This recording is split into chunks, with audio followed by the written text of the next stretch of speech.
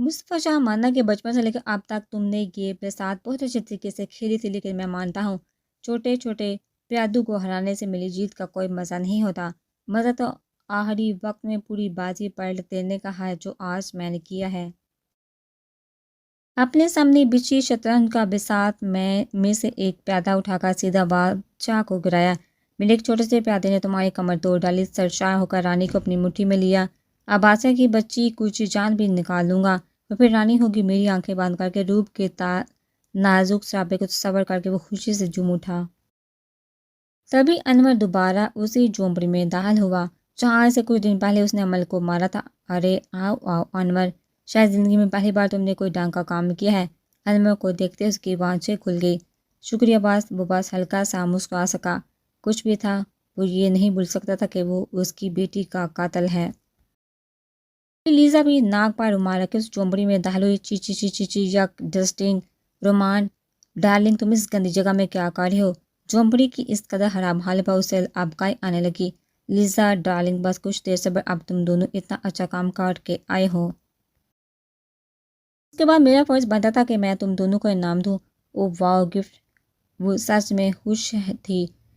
خوشی تو انور کو بھی بہت ہوئی تھی۔ وہ سوچ بچار کے بعد ہر کار میں نے اس بیش قیمتی تحفے کا تم دونوں کے لیے انتظام کیا ہے۔ شطرنج کو اٹھا کر نیچے رکھا اور ٹیبل تلے سے ایک چکور گولڈن پیکٹ میں بڑا سا گفٹ اٹھا کر دوبارہ اسی ٹیبل پر رکھا۔ تم نے ہمارا جتنا بھی ساتھ دیا، یہ ان سب کی قیمت ہے۔ رومان نے جان بوجھ کر لفظ قیمت ادا کیا تاکہ ان دونوں کا دلچسپی بڑھے، اور واقعی وہ دونوں ہی دلچسپی سے اس باکس کو دیکھنے لگے۔ میں آج شام کی فلائٹ سے دبئی جا رہا ہوں، اور آج کے بعد ہم سب کا ایک دوسرے سے کوئی رابطہ نہیں ہوگا۔ اس آخری بار پر انور نے سکھ کا ساتھ لیا۔ یہی تو وہ چاہتا تھا کہ اسے اس کا حصہ ملے اور وہ ان سب سے الگ ہو جائے، اور آج وہ دن آ گیا تھا۔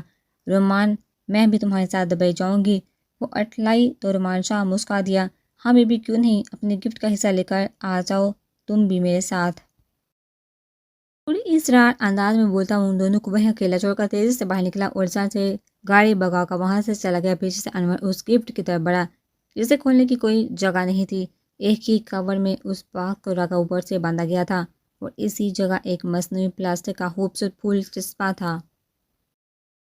انور نے تیزی سے اس پھول کو اکھاڑ کر دور پھینکا، اور یہی اس سے غلطی ہو گئی۔ یہ پھول نہیں بلکہ اس باکس میں رکھے بمپ کا ٹریکر تھا، جسے الگ کرتے ہی ٹائم بم آن ہو گیا، جس کی ٹائمنگ رومان شاہ نے صرف 30 سیکنڈ رکھی تھی، جب تک ان دونوں نے پردہ باکس کھول کر اندر جھانکا۔ بم میں چلتے ٹائمر میں صرف 2 سیکنڈ بچے تھے۔ موت کو اپنے سامنے دیکھ وہ دونوں ہی بھاگنا چاہتے تھے۔ رومان شاہ کو اس کی غداری کی سزا دینا چاہتے تھے، لیکن وقت کب کسی کے ہاتھ آیا ہے۔ وہ 2 قدم بھی جھونپڑی سے باہر کی طرف نہ بڑھ پائے تھے کہ ایک زوردار دھماکے کے ساتھ آگ کے مرگولے چاروں طرف پھیل کر ان دونوں کو بھی اپنی لپیٹ میں لے لیے۔ پوری سپیڈ میں گاڑی بگاتے رومان شاہ کے کانوں میں بھی اس دھماکے کی گونج سنائی دی۔ لبوں پر ایک شیطانی مسکراہٹ کے ساتھ جیت گئے نشے کا خمار بھی دماغ پر چڑھ گیا۔ اب مجھے کوئی نہیں ہرا سکتا۔ کام ختم، یہ دونوں فضول کے سر درد بھی ختم۔ اپنی پاسپورٹ اور ویزا ایک نظر دیکھ اس نے دوبارہ کہکا لگایا۔ مصطفیٰ، آپ کا فون بج رہا ہے۔ ہاں بس 2 منٹ آتا ہوں۔ موبائل سائڈ ٹیبل پر رکھ وہ خود نہانے چلا گیا تھا۔ میں اٹھا لوں، کیا پتا کسی کو ارجنٹ ہو۔ حالانکہ وہ اس کا شوہر تھا، لیکن پھر بھی روپ نے اجازت لینا ضروری سمجھا۔ ہاں دیکھ لو، مصطفیٰ نے اجازت دی۔ تبھی اس نے کار اٹھا کر موبائل کان سے لگایا۔ ہیلو، اس کی آواز سن سامنے والا کچھ پل کے ساکت ہو گیا۔ ہیلو کون؟ کچھ توقف کے بعد وہ پھر گویا ہوئی، مگر سامنے والے نے تو شاید نہ بولنے کی قسم کھا رکھی تھی۔ کون ہے؟ روپ وہ بھی گیلے بالوں کو خشک کرتا باہر آ چکا تھا۔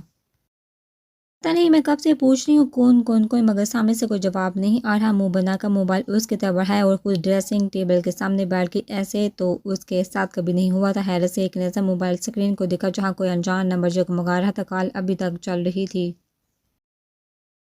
اسی وجہ سے اس نے بھی موبائل کان سے لگایا۔ ہیلو کون؟ مصطفیٰ کی آواز پر سامنے والا طنزیہ مسکرایا۔ کیسے ہو مصطفیٰ شاہ؟ اسپیکر سے ابھرتی رومان شاہ کی آواز کو وہ لاکھوں میں پہچان سکتا تھا۔ نرم تاثرات ایک دم تان گئے۔ مجھے کیوں فون کیا ہے؟ دھیمی آواز میں دانت پیس پیس کر ایک ایک لفظ ادا کیا گیا۔ رومان کو اس کے لہجے سے غصے کی شدت کا اندازہ ہو رہا تھا، لیکن بجائے ڈرنے کے آج اسے مزہ آ رہا تھا۔ کام بہت ضروری تھا، اس لیے فون کیا۔ وہ محظوظ ہوا۔ کرو جو بکواس کرنی۔ مصطفیٰ شاہ کا 2 ٹوک انداز اس کے موڈ کو غلط کرنے کے لیے کافی تھا۔ بات صرف اتنی ہے۔ جب میں نے دیکھا کہ تم نے مجھے دو دو گفٹ دیے ہیں تو میں نے سوچا کیا میں اتنا بے مروت ہوں کہ گفٹ کے بدلے گفٹ نہیں دے سکتا۔ آخرکار مجھ میں بھی تو شاہوں کا خون ہے۔ ایک گفٹ تو کچھ دیر بعد ملک ہاؤس کے مکین کو خود ہی ریسیو ہو جائے گا، باقی کے دو گفٹ لینے تمہیں دبئی آنا ہوگا۔ آپ صاف بتاؤ آخر کہنا کیا چاہتے ہو؟ مصطفیٰ شاہ کے اسحاق خان کے دل کسی گہری نقصان کے سگنل دے رہا تھا۔ اوپر سے رومان شاہ کی پوری سرائے باتیں صاف صاف یہ ہے کہ تمہارے دادا ہمارے دادا جی خاص میری خاطرداری میں ہیں۔ پراپرٹی کے پیپر میں نے بنوا لیے ہیں اور ان کا انگوٹھا بھی میں خود ہی لگوا لوں گا۔ بس تم نے اتنا سا کام کرنا ہے کہ وقت رہتے ان کو آ کر بچا لینا ہے، کیونکہ میں اس بات کی بالکل گارنٹی نہیں دے سکتا کہ وہ اور کتنا وقت زندہ رہیں گے۔ ایک بار تو اس عمر میں گاڑی کے زوردار ٹکر کھا کر زندہ بچ گئے، دوسری بار بچیں نہ بچیں۔ ایسے ہی معنی میں ایک بار پھر مصطفیٰ شاہ کو اپنے در و دیوار ہلتے محسوس ہوئے۔ اگر داجی کو کچھ بھی ہوا تو میں تمہیں زندہ نہیں چھوڑوں گا۔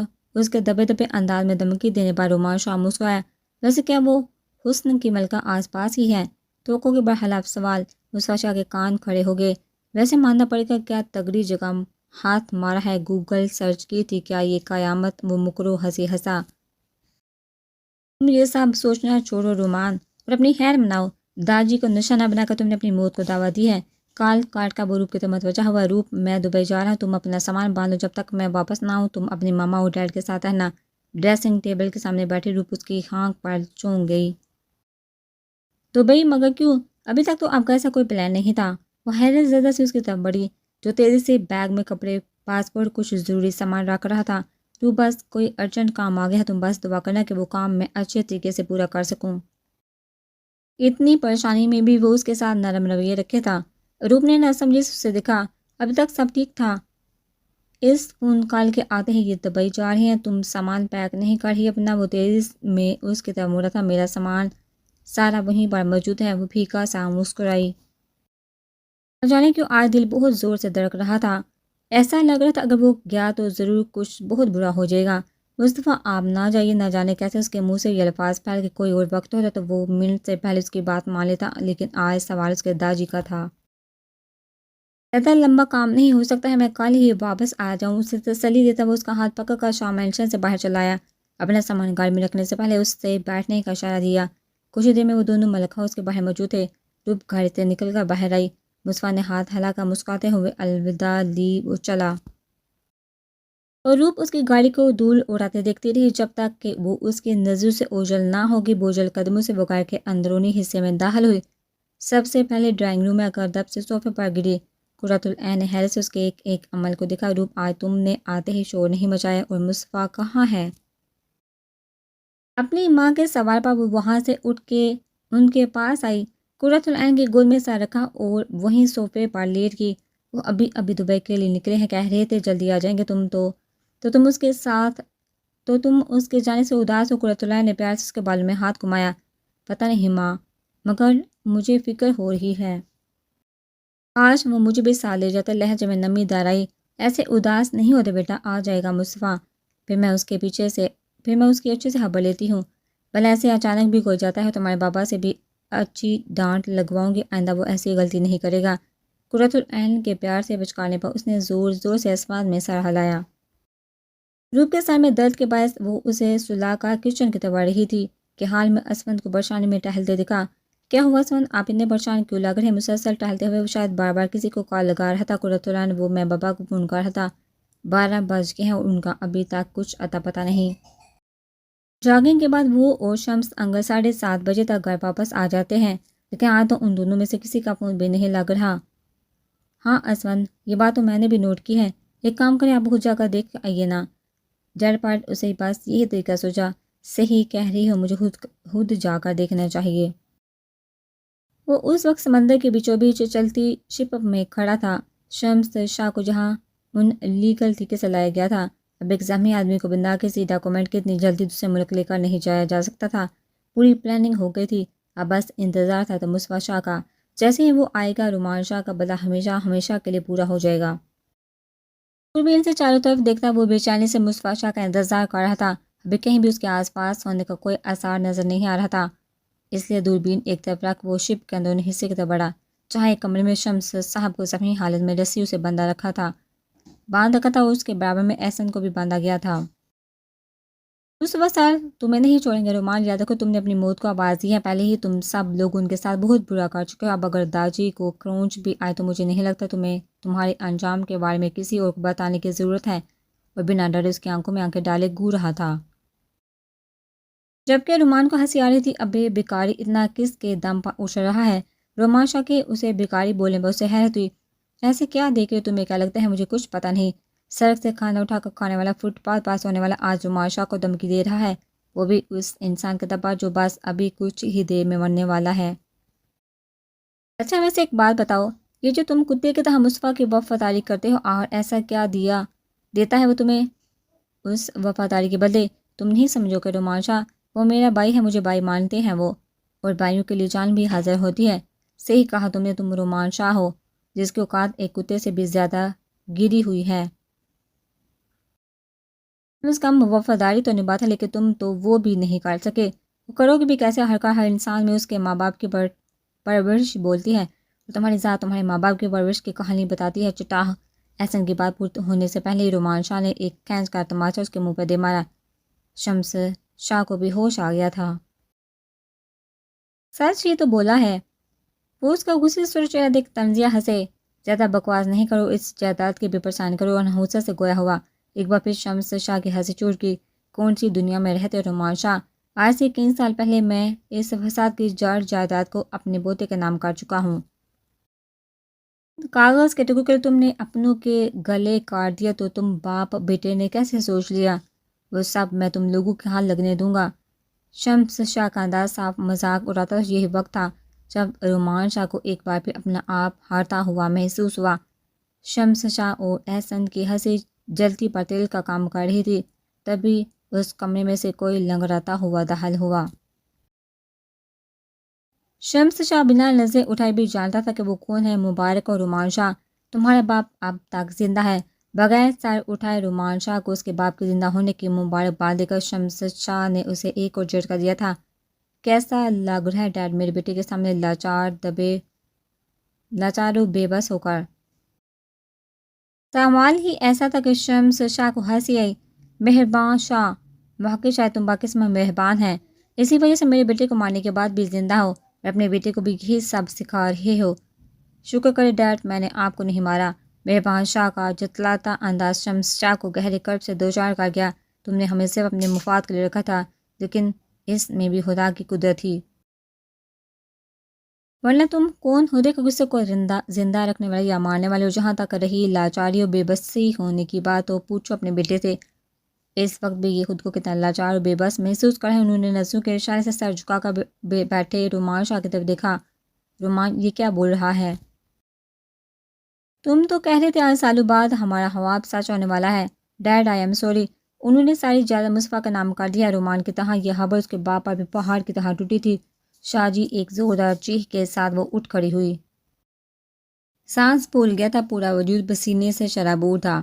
منہ پر ہاتھ رکھ چاروں اطراف کا جائزہ لیا۔ وہ خواب دیکھ رہی تھی، کتنا برا خواب تھا۔ ہر طرف آگ ہی آگ، ایسا لگ رہا تھا جیسے کوئی آگ کا سمندر ہو، اور اسی آگ میں اسے مصطفیٰ دکھائی دیا۔ چند گہرے گہرے سانس لے کر جٹ سے موبائل اٹھایا، کال لگائی، مگر آگے سے کوئی رسپانس نہیں۔ دوبارہ لگائی، پھر دوبارہ لگائی، لیکن ہر بار سامنے سے کوئی رسپانس نہ دے کر اسے ٹینشن ہونے لگی۔ فون کیوں نہیں اٹھا رہے شاہ؟ پلیز میرا فون اٹھائیے۔ پل بھر میں رونے جیسی ہو گئی۔ دل تو پہلے ہی اس کے جانے پر راضی نہ تھا، اب وہ فون بھی نہیں اٹھا رہا تھا۔ ماں، بنا چپل پہنے وہ باغ کا قرۃ العین کے پاس گئی۔ جب بھی کوئی بات، کوئی کام اس کے بس سے باہر ہو جاتا تھا، تب وہ سب سے پہلے قرۃ العین اور اسود کی طرف بھاگتی تھی۔ ماں وہ جیسے ہی وہ حال میں پہنچے، وہاں کا منظر دیکھ اس پر حیرت کا پہاڑ ٹوٹ پڑا۔ قرۃ العین صوفے پر بیٹھی رو رہی تھی۔ نور کی آنکھوں میں بھی آنسو تھے، ارسل بھی آنسو ضبط کی انہیں چپ کروانے کی کوشش کر رہا تھا۔ کیا ہوا ہے؟ سب کیوں رو رہے ہیں؟ وہ حیرت سے جیسی گویا ہوئی کچھ نہیں۔ گڑیا ابھی ڈیڈ کا فون آیا تھا، دادا کی کار ایکسیڈنٹ میں موت ہو گئی ہے۔ دادا کی کار ایکسیڈنٹ میں موت ہو گئی ہے؟ واٹ؟ اتنا سب ہو گیا تھا اور وہ سو رہی تھی؟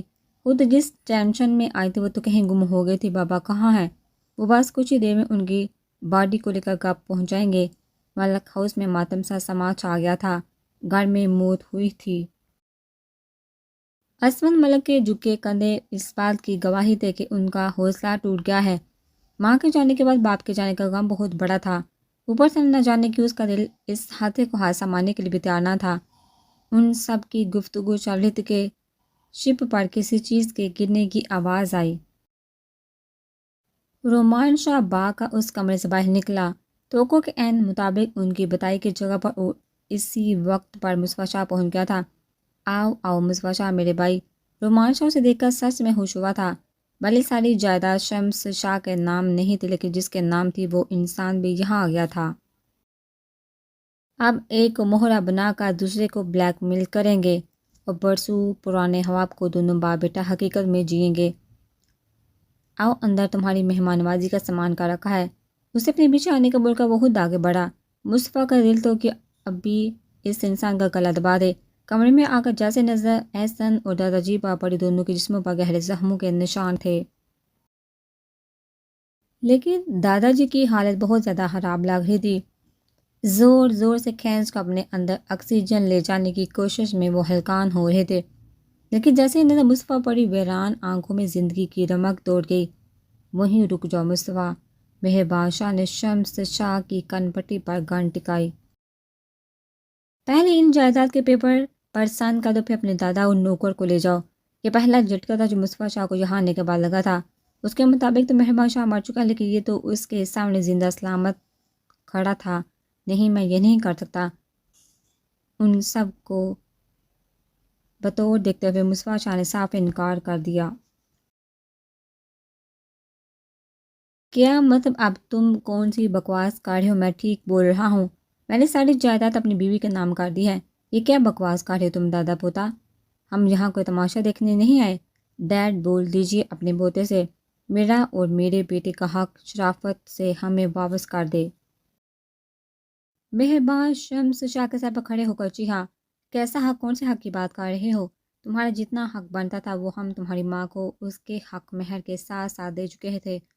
تو تمہارے بیٹے کا نہ ہم پر کوئی قرض ہے اور نہ ہی حق. شمس شاہ کا لہجہ بھی اٹل تھا. تم دونوں ایسے نہیں مانو گے مصطفیٰ شاہ. میں آخری بار بول رہا ہوں. ان پیپرز پر سائن کر دو. اور میں بھی آخری بار بول رہا ہوں. میں ان پیپر پر سائن نہیں کر سکتا. تبھی کسی نے پیچھے سے مصطفیٰ پر وار کرنے کی کوشش کی لیکن اس وقت مصطفیٰ شاہ کے سارے حصے بیدار تھی. پر میں اس کا وار روک جیسے ہی پیچھے مڑ کر وار کرنے والے کی طرف دیکھا. سامنے وہی ایس پی موجود تھا جسے وہ کینسر کی وجہ سے نہیں مار رہا تھا. اس کے ہاتھ میں وہ کی راڈ ایک جھٹکے سے مصطفیٰ شاہ نے اپنے قبضے میں لی. رومان اپنے باپ کی طرف بڑھا. ڈیڈ ہمیں نکلنا چاہیے. وقت بہت کم رہ گیا ہے. لیکن یہ پراپرٹی ڈیڈ پراپرٹی کس کے نام ہے میں اچھی طریقے سے جانتا ہوں. ابھی ہمیں یہاں سے جانا ہوگا. اگر کچھ دیر اور یہاں رکے تو مارے جائیں گے. ہاں ٹھیک ہے لیکن اس سے پہلے میں اس باپ کو ٹھکانے لگا دوں. اب تم میرے کسی کام کے نہیں رہے ڈیڈ.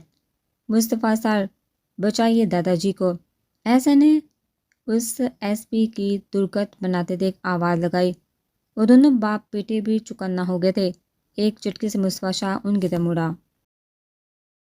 مہربان شاہ نے جیسے اس کی قہر برساتی آنکھوں میں دیکھا اس کے ہاتھ کی گن چوٹ کر نیچے گری جس سے بوقت رومان شاہ نے اٹھا کر شمس شاہ کے سینے میں گولی اتار دی.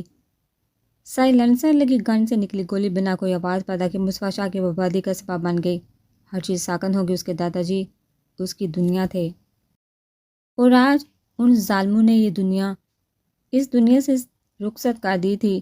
سر احسن ایک بار پھیل کے بل چیخا پھر مگر وہ سن ہی کب رہا تھا. اسے تو بس اپنے دادا جی کے سینے سے خون نکلتا نظر آ رہا تھا. ایس پی نے لوہے کی وہ راڈ اٹھا کر سر کے پیچھے وار کیا. درد کی ایک نابرداشت ہونے والی ٹیس مصطفیٰ شاہ کے دماغ سے اٹھی لیکن اپنی تکلیف پس سے پشت ڈال وہ آہستگی سے پیچھے مڑا اور اگلے پل اس ایس پی کی گردن مصطفیٰ شاہ کے قبضے میں تھی. آنکھیں زور سے باندھ کر کے پوری طاقت لگائی اور ایس پی کی گردن کی ہڈی ٹوٹنے کی آواز رومان اور اس کے باپ تک بخوبی پہنچی جسے سن کر دونوں کے سانس خشک ہو گئے. رومان نے ایک بار پھر آنکھوں ہی آنکھوں میں وہاں سے جانے کا اشارہ دیا. تبھی اسپتال میں سر ہلا کر وہ دونوں وہاں سے کھسکنے کی فراق میں گوشہ ہو گئے. اب یہاں سے نکلنا آسان تھا کیونکہ اس وقت مصطفیٰ شاہ اپنے دادا جی کی موت کے صدمے میں تھا. احسن جو کب سے اپنے ہاتھ پھولنے کی کوشش میں لگا تھا، ہر کا اس کا ایک ہاتھ رسیوں سے آزاد ہو گیا۔ افسوس اس بات کا تھا کہ وہ آزاد اس وقت ہوا جب سب برباد ہو گیا تھا۔ لنگڑی ٹانکے سے رومانشا جیسے اس کے سامنے سے گزرنے لگا، احسن اپنا پاؤں درمیان میں اٹکایا۔ ڈیڈ جلدی آئیے، رومانشا باہر نکل چکا تھا۔ اسے تو شاید علم ہی نہیں تھا کہ اس کا باپ زمین بوس ہو گیا ہے۔ سرج یہ لے پاؤں کی مدد سے اس نے گن کو مصطفیٰ کی طرف ٹھوکر ماری، جو ہڑبڑی میں بھاگنے کے بعد رومانشا کے ہاتھ سے گری تھی۔ ایک بار پھر اس نے مصطفیٰ شاہ کی توجہ مہربان شاہ کی طرف دلوائی۔ سر اس بار نہیں چھوڑنا اسے، وہ پوری قوت لگا کر چیخا، کیونکہ مصطفیٰ دھیرے دھیرے ہوش کو رہا تھا۔ پہلے ہی وہ ایک عرصے تک برین ٹیومر کا مریض رہا تھا۔ اگر قدرت نے اسے دوبارہ زندگی دی تھی تو آج حرام مغز پر چوٹ لگنے سے ایک بار پھر اس کی جان کو خطرہ بن گیا تھا۔ ہوش کھوتے کھوتے بھی وہ ایک ہاتھ سر کے پیچھے رکھ کر نیچے جھکا، گن اٹھائی اور بنا سوچے سمجھے فائر کر دیا۔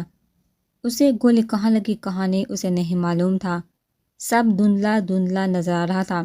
گولیاں ختم ہو چکی تھی لیکن وہ پھر بھی ٹریگر دبا رہا تھا، شاید وہ ان دونوں کی ہستی ختم کر دینا چاہتا تھا جس نے اس کی دنیا اجاڑ دی تھی، مگر سر کا درد بڑھتا گیا۔ آخر کار درم سے وہ نیچے گرا۔ ڈیڈ کیا مسئلہ ہے؟ تبھی رومانشا بھی واپس شپ میں آیا، لیکن اپنے باپ کی لاش دیکھ اس کا خون کھول گیا۔ مصطفیٰ سے گن چھین کر اس پر گولیاں چلانی چاہیے، لیکن گن بالکل خالی تھی۔ رومانشا اگر ایک باپ کی اولاد ہے تو یہاں رکو ہمارے ساتھ، احسن جی ہاں۔ رومانشا کا دھیان بھی ٹائم کی طرف گیا، جہاں کچھ وقت بچا تھا بلکہ شپ بھی ریزہ ریزہ ہو کر بکھر جاتی۔ ہر چیز پر دو حرف ڈال کر وہ اس وقت اپنی جان بچانے کی غرض سے بھاگا۔ احسن بھی آزاد ہاتھ سے دوسرے ہاتھ کی رسیاں کھولنے کی جدوجہد کرنے لگا۔ اسے مصطفیٰ کو بچانا تھا۔ اگر کچھ پل وہ دونوں یہاں رہتے تو ان سب کی بوٹیاں بھی نہیں ملتی۔ آخرکار بہت کچھ کروانے میں کامیاب ہوا۔ سر باقا مصطفیٰ کے پاس پہنچتے ہی اس نے سب سے پہلے اس کا سر اپنے گھٹنے سے ٹکایا۔ سر کے پیچھے ہاتھ لگانے پر معلوم ہوا وہاں خون بہہ رہا تھا، شاید چوٹ بہت زیادہ گہری آئی تھی۔ سب ختم ہو گیا احسن، دادا جی کا فخر، ان کا مان غرور ہوتے ہوئے بھی میں انہیں بچانے میں ناکام رہا۔ بند ہوتے دماغ اور بوجھے آنکھوں سے غنودگی میں جاتے جاتے شاید وہ اپنے دل کا غم ہلکا کرنا چاہتا تھا۔ روپ اچانک اسے اپنی اینجل کا خیال آیا، جس سے وہ جلدی آنے کا وعدہ کر کے آیا ہے۔ تم اپنی بابی کا دھیان رکھنا، رومانشا سے بچانا اور میری طرف سے سوری کرنا۔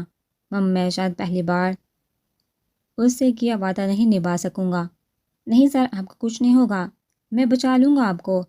اپنے زخموں کی پرواہ کیے بغیر وہ بے ہوش مصطفیٰ شاہ کو بڑی مشکل سے اپنے کندھوں پر اٹھا کر شپ سے باہر لے جانے لگا۔ ایک نظر شمس شاہ کے مردہ وجود کی طرف دیکھا، جانتا تھا ابھی کچھ منٹوں میں ان کے وجود کے چترے اٹھ جائیں گے، لیکن وہ اس وقت شاید کسی ایک کو ہی بچا سکتا تھا۔ شمس شاہ کی موت تو ہو چکی تھی، لیکن اب وہ مصطفیٰ شاہ کو مرتے نہیں دیکھ سکتا تھا۔ بڑی مشکل سے لڑکھڑاتا وہ اس کمرے سے نکل باہر کی طرف بڑھا۔ تیز ہوا کے باعث اس کے پاؤں لڑکھڑا رہے تھے۔ آس پاس نظر دوڑانے پر ہر طرف پانی ہی پانی نظر آ رہا تھا۔ رومانشا کی بوٹ بہت دور نکل آئی تھی۔ باقا دوسری طرف بڑا تھا کہ شاید دوسری طرف کچھ نظر آ سکے، لیکن اس سے پہلے ہی زوردار دھماکے کے ساتھ ہر چیز تہس نہس سے نابود ہو کر پانی میں تحلیل ہو گئی۔